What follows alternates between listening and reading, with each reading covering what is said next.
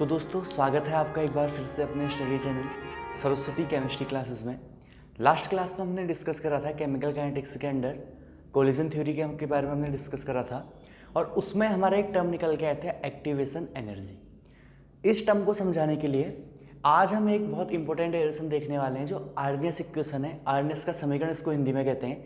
आज हम उसके बारे में समझेंगे। हम देखेंगे कि कैसे एक्टिवेशन एनर्जी और रेट कांस्टेंट आपस में क्या होते हैं, कोरिलेट होते हैं। जनरली जो कोलिजन थ्योरी दी थी वो प्रपोज मैंने कल भी आपको बताया था कि कोलिजन थ्योरी प्रपोज करी थी आर्नियस और वॉन 't हॉफ ने। तो इसका मतलब है कि आर्नियस जो इक्वेशन है हमारे एग्जाम के लिए बहुत ज़्यादा इंपॉर्टेंट हो जाती है। यहाँ से डायरेक्शन भी पूछ लेता है कभी कभी और न्यूमेरिकल भी यहाँ से एग्जाम में आता ही आता है। तो आओ देखते हैं इसको हम कैसे ड्राइव करते हैं इक्वेशन को। देखो, अगर आप कोई भी टर्म पढ़ रहे हो, कोई भी इक्वेशन अगर आप पढ़ रहे हो, तो सबसे पहले आपको ये देखना है कि उसको हमने ड्राइव कहाँ से करा है, उसका डेरिवेशन कैसा है, उसको सॉल्व कैसे करते हैं और उसके बाद फाइनली आपने उसके न्यूमेरिकल्स करना स्टार्ट कीजिए। ऐसे आपको कोई भी दिक्कत नहीं आएगी एग्जाम में। तो आओ हम देखते हैं आज की आर्नियस इक्वेशन क्या है, इसको कैसे ड्राइव करा जाता है, ये समीकरण क्या है, ये इक्वेशन क्या है और ये रेट कांस्टेंट से कैसे कोरिलेट है। तो जनरली फर्स्ट टाइम मैं आपको आर्नियस की इक्वेशन बता देता हूँ, उसके बाद हम इसको ड्राइव करेंगे। हम सीखेंगे कि इसको निकाला कैसे जाता है, इसका डेरिवेशन कैसा होता है। तो मैं दोनों लैंग्वेज में बताऊंगा आपको, हिंदी इंग्लिश बाय लैंग्वेज में बताऊंगा, ताकि जो उत्तराखंड बोर्ड वाले बच्चे हैं उनको भी कोई दिक्कत ना हो और उसके अलावा जो सीबीएसई आईसीएसई बोर्ड के बच्चे हैं वो भी इजीली इसको समझ जाएं। तो देखते हैं। देखो, पहले आर्नियस इक्वेशन की जब हम बात करेंगे, आपकी बुक्स में आप जिस भी बुक से आप पढ़ते हो, जिस भी रिफ्रेशर से आप पढ़ते हो, एनसीईआरटी या कोई भी जो आपने बुक प्रिफेयर करी है जिससे आप पढ़ते हो, उसमें एक इक्वेशन आपको लिखी हुई मिलेगी k इक्वल टू ए ई की power minus E A upon R T. Okay, ये इक्वेशन आपको लिखी हुई मिलेगी आपकी बुक्स में जरूर। ये इक्वेशन कहलाती है आर्नियस इक्वेशन, आर्नियस का समीकरण। देखो, यहाँ हर एक टर्म का अपने आप में एक महत्व है। जो फर्स्ट टर्म मेरा k है, k कहलाता है रेट कांस्टेंट। इसके बारे में हम आगे डिस्कस करेंगे, नेक्स्ट क्लास में हम इसके बारे में डिस्कस करेंगे। जब हम रेट लॉ पढ़ लेंगे या हम रेट ऑफ रिएक्शन के बारे में समझ जाएंगे, उसके बाद हम रेट कांस्टेंट के बारे में डिस्कस करेंगे। और इसके बाद जो नेक्स्ट टर्म मेरा ए है, आप इसको नोट भी जरूर करिएगा। हिंदी में से कहते हैं रेट कांस्टेंट, वेग स्थिरांक कहते हैं इसको हिंदी में। और ए कहलाता है मेरा फ्रीक्वेंसी फैक्टर। कहीं कहीं आपको लिखा मिल जाएगा फ्रीक्वेंसी फैक्टर, या इसे हम कह देते हैं, इन जनरली हम इसको कहते हैं आर्नियस कांस्टेंट। ओके, इसे हम कह देते हैं आर्नियस कांस्टेंट कह देते हैं। अभी देखेंगे हर एक टर्म क्या है। ई ए कहलाती है मेरी एक्टिवेशन एनर्जी। इसके बारे में हमने कल भी डिस्कस करा था कि टोटल एनर्जी में से अगर हम थ्रेशोल्ड एनर्जी को सब्सट्रैक्ट कर देंगे तो मेरी निकल के आ जाएगी एक्टिवेशन एनर्जी। आर कहलाता है मेरा gas constant, universal gas constant. और टी मेरा कहलाता है, यहाँ पी होता है टेम्परेचर। तो कुछ टर्म आप जरूर याद रखिएगा। टी होता है मेरा टेम्परेचर, आर हो गया गैस कांस्टेंट, के हो गया मेरा रेट कांस्टेंट, ए होता है फ्रीक्वेंसी फैक्टर या आर्नियस स्थिरांक कहते हैं इसको हिंदी में। गैस कांस्टेंट आप लिख लेंगे, एक्टिवेशन एनर्जी इसको हिंदी में कहते हैं संकीर्ण ऊर्जा। तो ये टर्म आप जरूर नोट कर लीजिएगा किसको क्या कहते हैं इस आर्नियस इक्वेशन में। अब हम देखते हैं इसका डेरिवेशन की इक्वेशन निकल के कहाँ से आई है, क्योंकि देखो कोई भी इक्वेशन सीधे उठा के नहीं दे देंगे हो, हमको पता होना चाहिए अगर हम इंटर लेवल में है या बीएससी लेवल में है कि डेरिवेशन जो इक्वेशन निकल के आई है इसका डेरिवेशन कहाँ से है। आप जनरली अगर बुक्स में देखेंगे तो ये इक्वेशन आपको आधे से मिलेगी। आधे से मतलब वो सीधे वन टॉप इक्वेशन लगा देगा, वहाँ से हमको नहीं करना है, हमको बिल्कुल बेसिक से देखना है कि आखिर इक्वेशन निकल के कहाँ से आई है, इसको ड्राइव कैसे करते हैं। तो आइए स्टार्ट करते हैं अपना आज का टॉपिक आर्नियस इक्वेशन।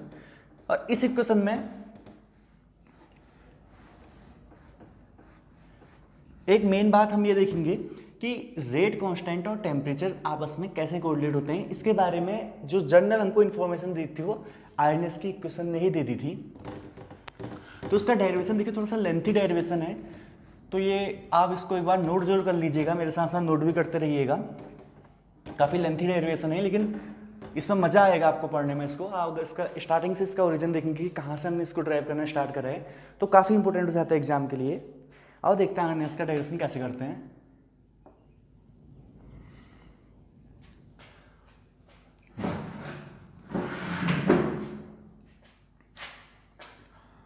हम एक जनरल केमिकल रिएक्शन कंसीडर कर रहे हैं ए प्लस बी, जिससे मेरा बन रहा है क्या, रिवर्सिबल रिएक्शन है, इससे मेरा फॉर्मेशन रहा है सी प्लस डी। ठीक है, एक जनरल केमिकल रिएक्शन है, ए प्लस बी से मेरा फॉर्मेशन रहा है सी प्लस डी का।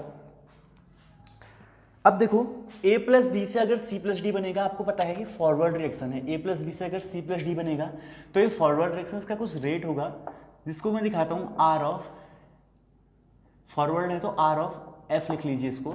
और अगर सी प्लस डी से A plus B backward direction बन रहा है तो इसे कहेंगे R of B backward direction, rate of backward direction. यहां पे देखो आर एफ है मेरा रेट ऑफ फॉरवर्ड डायरेक्शन और आर ऑफ बी है मेरा रेट ऑफ बैकवर्ड डायरेक्शन। इतना हमको पहले समझना है। अब हम देखते हैं, देखो हमको पता है, हमको ये मालूम है कि जो देखिए हमको जानकारी है कि जो रेट ऑफ फॉरवर्ड डायरेक्शन होगा ये डिपेंड करेगा मेरा रिएक्टेंट ए की मोलर कंसंट्रेशन और रिएक्टेंट बी की मोलर कंसंट्रेशन पे। ये जनरली हमने इक्विलिब्रियम में भी देखा था, जो 11th का टॉपिक है इक्विलिब्रियम, आप एक बार जरूर उसको देखिएगा हल्का सा। उसमें भी हम इसको ड्राइव करते हैं जब हम इक्विलिब्रियम कांस्टेंट की वैल्यू निकालते हैं। तो आप देखिएगा जब रेट ऑफ फॉरवर्ड डायरेक्शन होता है वो डिपेंड करता है molar concentration A into molar concentration of B. I hope इतना क्लियर है। अब देखो अगर प्रोपोर्शनल का साइन हटेगा तो एक कांस्टेंट आएगा, इसका हम जिसको हम लिख लेते हैं यहाँ पे के। ओके, के है कांस्टेंट। फॉरवर्ड डायरेक्शन तो उसको लिखते हैं K of F molar concentration of A into molar concentration of B, और ये किसके इक्वल है, ये इक्वल है आर ऑफ एफ के। यहाँ पर के एफ मेरा है rate constant for forward reaction. Forward reaction के लिए के एफ मेरा है रेट कांस्टेंट। अग्र अभिक्रिया के लिए वेग स्थिरांक हिंदी में कहते हैं इसको, अग्र अभिक्रिया के लिए वेग स्थिरांक rate constant for forward reaction. अगर मैं बात करूंगा सिमिलरली, अगर मैं बात करना चाहूं अपनी बैकवर्ड रिएक्शन की, जो मेरी बैकवर्ड रिएक्शन है सी प्लस डी से जो मेरा ए प्लस बी बन रहा है, अगर मैं उसकी बात करूं तो आप लोगों को पता है रेट ऑफ बैकवर्ड रिएक्शन मैं दिखा रहा हूं आर ऑफ बी से, ये इक्वल होगा rate constant for backward reaction into molar concentration of A, molar concentration sorry backward reaction है तो सी और डी की बात आएगी, क्योंकि बैकवर्ड रिएक्शन के लिए ये एज ए रिएक्टेंट काम करेंगे और ये क्या होगा बैकवर्ड रिएक्शन के लिए प्रोडक्ट होगा। तो ये आपको दिख रहा है, ये क्वेश्चन फर्स्ट है, ये क्वेश्चन सेकेंड हो जाएगी। अब हम क्या करेंगे, देखिए अगर हम बात करेंगे इसमें इक्विलिब्रियम की, अगर हम बात करते हैं इक्विलिब्रियम तभी हो पाएगा, इक्विलिब्रियम तभी स्टेब्लिश होगा जब rate of forward reaction equal हो जाएगा मेरे रेट ऑफ बैकवर्ड रिएक्शन के। तो आओ देखते हैं कि रेट ऑफ फॉरवर्ड रिएक्शन अगर रेट ऑफ बैकवर्ड रिएक्शन के इक्वल हो जाएगा तो क्या होगा। तो इसमें लिखता हूं मैं एट इक्विलिब्रियम। अगर मैं इक्विलिब्रियम की बात करूंगा तो rate of forward direction equal हो जाएगा मेरा रेट ऑफ बैकवर्ड डायरेक्शन। देखो बहुत इजी है, इक्वेशन 1 से मेरे को आर एफ की वैल्यू पता है, इक्वेशन सेकंड से मेरे को आर ऑफ बी की वैल्यू भी पता है, इतना हमको क्लियर है। तो आओ रख देते हैं इसकी वैल्यू, आर ऑफ एफ की वैल्यू रख देते हैं यहाँ पर, क्या आ जाएगी K F molar concentration of A into molar concentration of B, ये इक्वल होगा K B molar concentration of C into molar concentration of D. अब देखो के एफ अपॉन के बी अगर मैं करूँ यहाँ से, के वाले टर्म साथ ले लो और मोलर कंसंट्रेशन वाले टर्म साथ ले लो, मतलब molar concentration of C into molar concentration of D, इसके अपॉन मैंने इसको भेज दिया तो क्या आ जाएगा molar concentration of A into molar concentration of B. देखो हमने 11th में पढ़ा है कि rate constant for forward direction और rate constant of backward direction का रेशियो जो कहलाता है वही कहलाता है मेरा इक्विलिब्रियम कांस्टेंट। ये कभी कभी वाइवा में एग्जाम में पूछ लेता है कि रेट कांस्टेंट और इक्विलिब्रियम कांस्टेंट में डिफरेंस क्या है। तो देखो रेट कांस्टेंट जो होता है वो एक जस्ट प्रोपोर्शनलिटी कांस्टेंट है जो रेट ऑफ रिएक्शन और रिएक्टेंट्स को क्या करता है आपस में कोरिलेट करता है, ये जरूर ध्यान रखिएगा। जबकि जो इक्विलिब्रियम कांस्टेंट होता है वो rate constant for forward direction और रेट कांस्टेंट और बैकवर्ड डायरेक्शन का क्या होता है रेशियो होता है। जो जनरली रेट कांस्टेंट का रेशियो है वो ये सिर्फ रिवर्सिबल रिएक्शन में होगा कौन, इक्विलिब्रियम कांस्टेंट। और रेट कांस्टेंट जब हम बात करेंगे इसके लिए रिवर्सिबल रिएक्शन की होने की कंडीशन कोई आवश्यक नहीं है। तो जरूर ये ध्यान रखिएगा कि रेट कांस्टेंट अलग चीज है और इक्विलिब्रियम कांस्टेंट अलग चीज है। लेकिन यहाँ पर फॉरवर्ड रिएक्शन के लिए रेट कांस्टेंट और बैकवर्ड रिएक्शन के लिए रेट कांस्टेंट का जो रेशियो है यही निकल के आ जाता है मेरा इक्विलिब्रियम कांस्टेंट केसी। केसी है मेरा इक्विलिब्रियम कांस्टेंट, हिंदी में हम इसको कह देते हैं साम्य स्थिरांक। ओके, साम्य स्थिरांक इसको हिंदी में कहते हैं। तो Kc की मेरी यहाँ से वैल्यू निकल के आएगी Kf/Kb, इसको आप नोट जरूर कर लीजिएगा।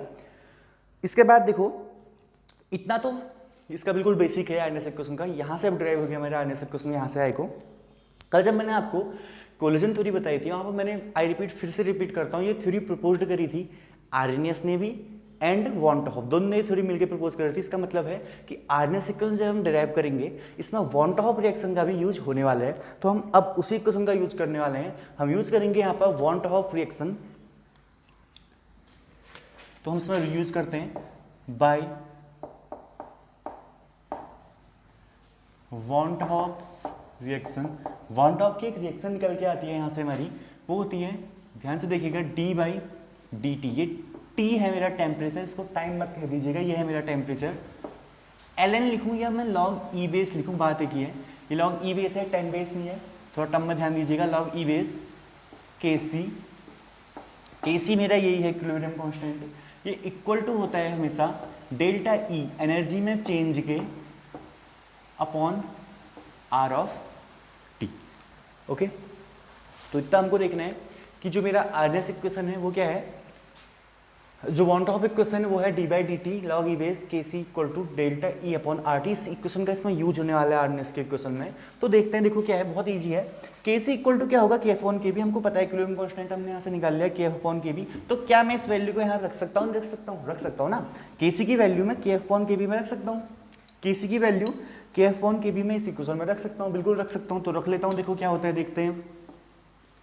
d/dt log E base Kf/Kb, मेरे साथ साथ इसको नोट भी जरूर कीजिएगा, काम आएगा आपके, क्योंकि ये डेरिवेशन आपको, मैं लिटरली बता रहा हूँ, 90% बुक्स में आपको डेरिवेशन बेसिकली नहीं मिलेगा, बिल्कुल बेसिक से नहीं मिलेगा। मैक्सिमम बुक्स में आपको डेरिवेशन या तो यहीं से दे देगा स्टार्ट करके, या थोड़ा नीचे ला के छोड़ देगा और सीधे K से दे देगा। तो इस डेरिवेशन को आप नोट जरूर कीजिएगा, ये बाद में आपके बहुत काम आएगा। क्योंकि देखो, बहुत बार एग्जाम में ऐसा होता है, अगर वो न्यूमेरिकल देगा सीधे, आपको फॉर्मूले याद नहीं रहते हैं, और याद करने की भी आवश्यकता नहीं है कोई फॉर्मूला को। जब हमको फॉर्मूले ड्राइव करने आ गए, निकालने आ गए, तो उनको फिर बाद में रटने की आवश्यकता नहीं है। अगर आप ड्राइव करना सीख जाते हो तो ये मेरी गारंटी है कि 2 मिनट आपको, 2 से 3 मिनट आपको लगेंगे बस इसको रिवाइज करने में, ड्राइव करने में एग्जाम में। उसके बाद आप कोई भी न्यूमेरिकल से कर सकते हो। तो देखो आओ, d/dt log E base Kf/Kb equal to क्या होगा, देखो डेल्टा E है, मतलब एनर्जी में डिफरेंस है। सपोज इनिशियल की E1 थी, बात की E2 थी, अपॉन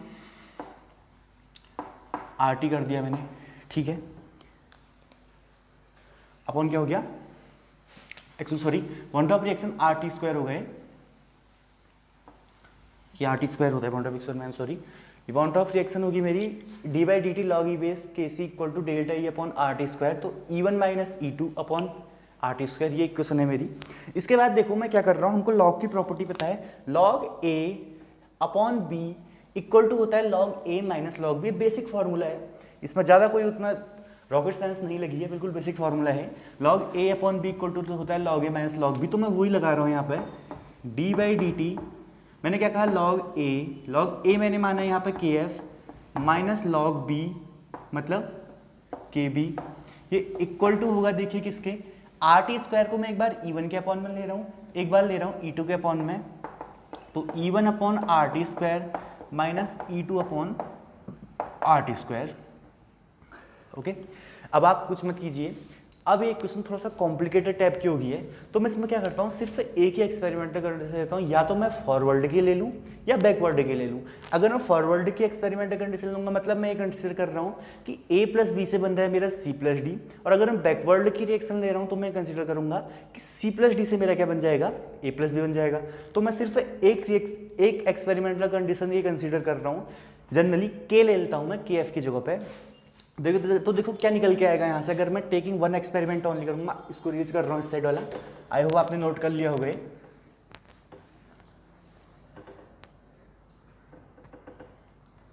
ओके, तो मैं एक एक्सपेरिमेंटल कंडीशन यहाँ पे, सिर्फ एक एक्सपेरिमेंटल कंडीशन ले रहा हूँ, और वो कंडीशन मैंने ली है, मैं लिखता हूँ यहाँ पे टेकिंग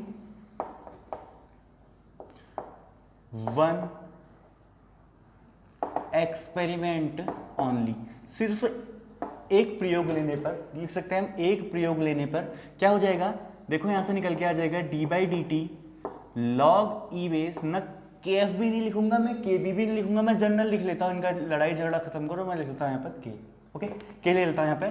तो k इक्वल टू मेरा क्या आ जाएगा, e1 भी नहीं लूंगा, e2 भी नहीं लूंगा, मैं ले लूंगा यहाँ पर e upon r of T square. अब देखो, अगर आप कहोगे सर मैंने के बी लिया, ठीक है, आप कहोगे कि आपने पॉजिटिव साइन क्यों लिया, अगर मैं के बी लेता तो माइनस आता, ठीक है, यहाँ से माइनस आता, लेकिन वो किसके इक्वल होता, minus e2 upon R D square के, तो माइनस से माइनस फिर भी क्या होता है, कैंसिल हो जाता, तब भी आंसर मेरा किस में आता, प्लस में ही आता।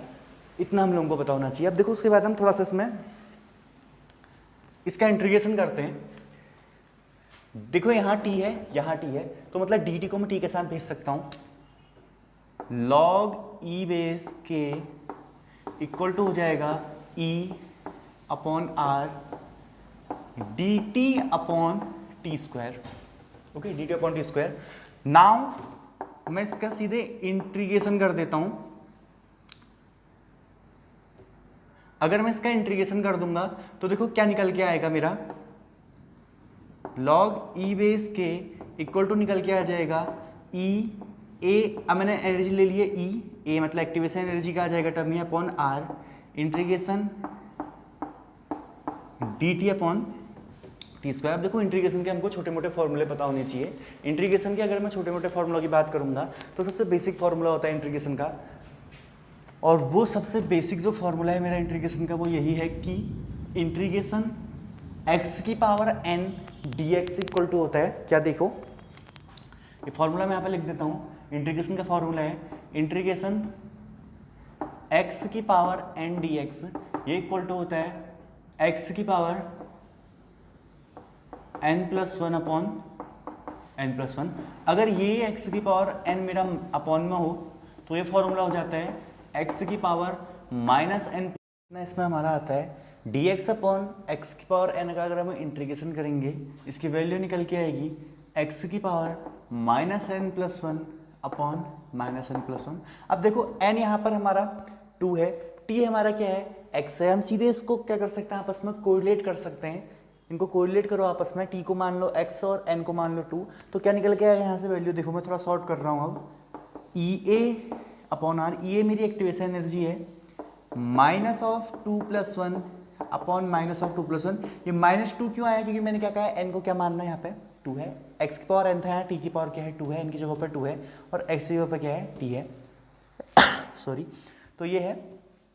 इसके बाद देखिए क्या निकल के आएगा, इसको अगर हम थोड़ा सॉल्व करेंगे तो यहाँ से निकल के आ जाएगा ये, आप थोड़ा सॉल्व कीजिएगा इसको, -EA अपॉन RT। अब आप लोगों को एक चीज़ ये पता है, चीज़ क्या पता है, जो मैथ वाले बच्चे होंगे उनको ये पता होगा कि इंटीग्रेशन दो तरीके के होते हैं, एक होता है डेफिनेट, एक होता है इनडेफिनेट इंटीग्रल। डेफिनेट इंटीग्रेशन तब करते हैं जब लिमिट लगी होती है, जबकि इनडेफिनेट इंटीग्रेशन तब करा जाता है जब लिमिट नहीं होती है, इसमें कोई भी लिमिट नहीं है, ये इनडेफिनेट इंटीग्रेशन है। और इनडेफिनेट इंटीग्रेशन जब हम करते हैं इसके साथ हमको ये जरूरी होता है कि हम इंटीग्रेशन कांस्टेंट का मान लिखें, एक इंटीग्रेशन कांस्टेंट आ जाता है जब हम इनडेफिनेट इंटीग्रेशन करते हैं। तो यहाँ पर मैं अपना इंटीग्रेशन वही इंटीग्रेशन कांस्टेंट मान रहा हूँ, log ऑफ ई बेस ए, ठीक है, तो प्लस में क्या आ जाएगा log ऑफ ई बेस ए। यहाँ से अगर आप देखेंगे तो अब जो हमारी इक्वेशन बन गई है आईएनएस की इक्वेशन, अब थोड़ा बहुत हम उसके करीब पहुँच गए हैं, आसपास हम उसके पहुँच चुके हैं।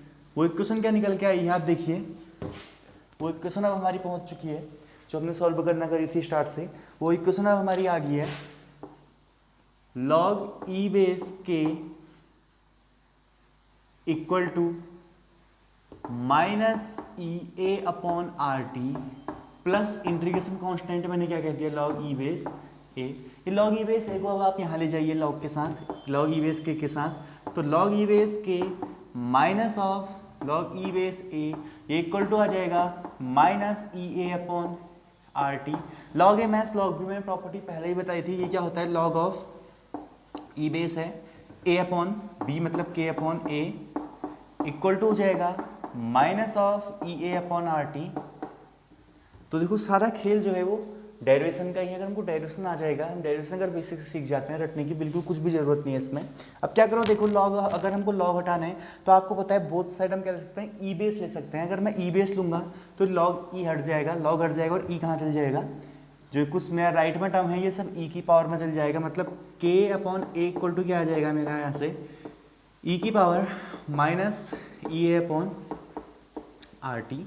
अब यहाँ से अब मेरे को जो है अपने इक्वेशन की आइनस इक्वेशन का हल्का फुल्का लग रहा है, इसमें लाने लग गई कि मेरी इक्वेशन बन चुकी है। कैसे बन गई है देखो, ए को अगर मैं यहाँ भेज दूंगा, अगर ए को मैं ई की साइड भेज दूं तो यहाँ से के निकल के आ जाएगा मेरा। इजीली हम देख सकते हैं सीधे क्या निकल के आ जाएगा, के इक्वल टू ए ई की power minus E A upon R T. यही मेरी फेमस आर्नेस इक्वेशन है और ये एग्जाम में बहुत इंपॉर्टेंट है। उत्तराखंड बोर्ड वाले बच्चे खासकर ध्यान देना, आपके एग्जाम के लिए ये इक्वेशन ड्राइव करने को आई है और आती है, लगातार आती है और पॉसिबिलिटी है कि इस साल भी आ जाए। और बाकी जो सीबीएसई और आईसीएसई बोर्ड के बच्चे हैं उसमें कभी कभी पूछ लेता है एक क्वेश्चन, या तो एक क्वेश्चन पूछ लेगा इससे या उनसे पूछ लेता है न्यूमेरिकल। तो दो में से एक चीज़ तो आनी ही आनी है, या तो एक क्वेश्चन आ सकती है सीबीएसई और आईसीएसई बोर्ड के बच्चों की, या आ सकती है उनकी न्यूमेरिकल पूछ सकता है। उसके अलावा जो कॉलेज के बच्चे हैं बीएससी के, उनके लिए तो डेरिवेशन आता है इसका, खैर पोस्टुलेट भी लिखने को आते हैं और डेरिवेशन भी आता है पूरा। तो अब देखो इससे न्यूमेरिकल तो सॉल्व कर पाना बहुत मुश्किल है, इससे न्यूमेरिकल इस तरीके से सॉल्व नहीं होंगे। इसका अगर हमको न्यूमेरिकल सॉल्व करना है, वो हमको दो कंडीशन देता है, वो दो टेम्परेचर देता है। फॉर एग्जाम्पल उसने दे दिया 298 केल्विन टेम्परेचर, और एक दे देगा वो 10 इंक्रीज कर लो 308 केल्विन दे देगा। तो 298 और 308 डिग्री उसने टेम्परेचर दिए हैं, और वो पूछेगा उसमें, या तो वो पूछ लेगा आपसे एक्टिवेशन एनर्जी निकालो कह देगा, और रेट कांस्टेंट आपको दे देगा वैल्यू। तो देखो अगर इस तरीके न्यूमेरिकल अगर बोर्ड के एग्जाम में कैसे आता है, उनको कैसे सॉल्व करते हैं। हल्का सा मैं डेरिवेशन में थोड़ा मॉडिफाई कर रहा हूँ, कहीं पर जब हमने सॉल्व करा था आप नोट कर लीजिएगा, एक इक्वेशन हमारी निकल के आई थी यहाँ पर कहीं पर, लॉग ई बेस के equal to minus E A upon R T plus log E base A. ये इक्वेशन हमारी अभी निकल के आई थी नीचे, इसी को मैं फिर से लिख रहा हूँ। इस इक्वेशन में अगर मैं पहला एक्सपेरिमेंटल कंडीशन लूँ, एट टेम्परेचर T1 लूँ, तो ये तो T1 हो जाएगा, रेट कांस्टेंट क्या हो जाएगा, ए मेरा क्या है कांस्टेंट है, तो ये कांस्टेंट ही रहेगा। ये फ्रीक्वेंसी फैक्टर है, इसमें A1 मत लिखना है, इसको A ही लिखना। अगर मैं दूसरा टेम्परेचर लूँ T2, तो log E base K2 equal to क्या हो जाएगा, minus E A upon R T2 plus log E base A. इन दोनों को क्या करो आपस में सब्सट्रैक्ट कर दो। अगर इनको आप सब्सट्रैक्ट कर दोगे तो माइनस प्लस माइनस थोड़ा सा देखिएगा ये कैंसिल हो जाएगा। मैं थोड़ा पे सॉर्ट कर रहा हूँ, सॉर्ट क्या कर रहा हूँ, ईजी है, कोई उतना टफ नहीं है सब्सट्रैक्ट करना इनको आपस में। क्या बन के आ जाएगा, ये आ जाएगा log E base K1 minus of log E base K2 equal to हो जाएगा, लेफ्ट का लेफ्ट में सब्सट्रैक्ट होगा और राइट का राइट में सब्सट्रैक्ट होगा। तो यहाँ निकल के आ जाएगा देखो E A upon R T2 minus E A upon R T1। Log A minus log B फिर से आ गया है, मतलब क्या होने वाला है, फिर से होने वाला है log of E base K1 upon K2 log A upon B equal to यहाँ से E A upon R constant है उसको बाहर ले लो, अंदर बच जाएगा 1 upon T2 minus of 1 upon T1। अब देखो ये ई बेस में है, इसको 10 बेस में अगर हमको कन्वर्ट करना है तो 2.303 से क्या करते हैं, इसको मल्टीप्लाई कर देते हैं। अगर इसको 2.303 से मल्टीप्लाई कर देंगे, हम यहीं पर देखो 2.303 से मैं इसको मल्टीप्लाई कर दिया, और उसके बाद मैं 2.303 कहाँ भेज दे रहा हूँ, इसके अपॉन में। तो फाइनल इक्वेशन मेरी क्या निकल के आएगी, यहाँ से देखो ये इक्वेशन न्यूमेरिकल्स के लिए बहुत इंपॉर्टेंट है, यहाँ से न्यूमेरिकल आता है। और देखो रटने की जरूरत नहीं है, अगर आपको इजीली इसको ड्राइव करना आ गया जैसे मैंने समझाया, अगर आप स्टेप वाइज करोगे तो कोई भी इक्वेशन रटने की आवश्यकता नहीं पड़ेगी। या यहाँ से निकल के आ जाएगा मेरा log of 10 base K1 upon K2 equal to E A activation energy है अपॉन 2.303 इंटू आर, और अंदर क्या बच जाएगा, एलसीएम ले लो T1 T2 T1 minus T2। ये इक्वेशन आप लोगों की बुक में दी होगी, या तो ऐसे करके इक्वेशन नहीं दी होगी तो आपको दे देगा और करके log of 10 base K2 upon K1 equal to E A upon 2.303 R T2 minus T1 upon T1 T2। या ऐसे करके इसने क्वेश्चन आपकी बुक में सीधे दे दी होगी, डेरिवेशन नहीं दिया होगा इसका। तो यहाँ से क्वेश्चन निकल के आती है, इस तरीके से हमको करना है। बेसिक से करो पूरा तो इजीली डेरिवेशन समझ में आ जाएगा। और आप देखिएगा अपने रेफरेंस बुक में, अगर आपको वहाँ डेरिवेशन नहीं मिलेगा तो किस तरीके से उसने दिया है, और जनरली इतने बेसिक्स उसने नहीं समझाया होगा वहाँ। तो बाकी आज क्लास में बस इतना ही। नेक्स्ट क्लास में हम लेके आएंगे इससे आएगा टॉपिक, अभी हमने सिर्फ कोलिजन थ्योरी पढ़ी है, अब हम इसके बाद देखने वाले हैं कि रेट ऑफ रिएक्शन क्या है, उसके बाद average rate of reaction, instantaneous rate क्या होता है, और rate factor affecting rate of reaction, बहुत सारी चीज़ें हैं अभी रेट ऑफ रिएक्शन पढ़नी। और नेक्स्ट उसके बाद हम देखेंगे कि कैसे जो रेट ऑफ रिएक्शन होता है वो रिएक्टेंट की कंसंट्रेशन पर डिपेंड करता है। फिर उसके लिए फिर दो लॉ आएंगे, एक होगा लॉ ऑफ मास सेक्शन, एक फिर हमारा होगा रेट लॉ, और इसी रेट लॉ के बाद हम स्टार्ट कर देंगे सीधे ऑर्डर ऑफ रिएक्शन पढ़ना, क्योंकि वहीं से हमारा ऑर्डर ऑफ रिएक्शन का टर्म निकल के आएगा जहाँ से हम रेट लॉ पढ़ लेंगे। तो आई होप आपको आज क्लास अच्छी लगी होगी, चीज़ें समझ में आई होगी, आने से क्वेश्चन का आपको डायरेक्शन समझ में आ गया होगा, कुछ यूनिक आपको जरूर कंटेंट इस क्लास से मिला होगा, कुछ यूनिक जरूर आपको मिला होगा, कुछ अलग आपको लगा होगा आई होप इस डायरेक्शन में। तो बाकी अपनी स्टडी जारी रखिए, चैनल को लाइक कीजिए, सब्सक्राइब कीजिए वीडियो को, चैनल को सब्सक्राइब कीजिए, वीडियो को लाइक कीजिए, शेयर कीजिए। Thank you.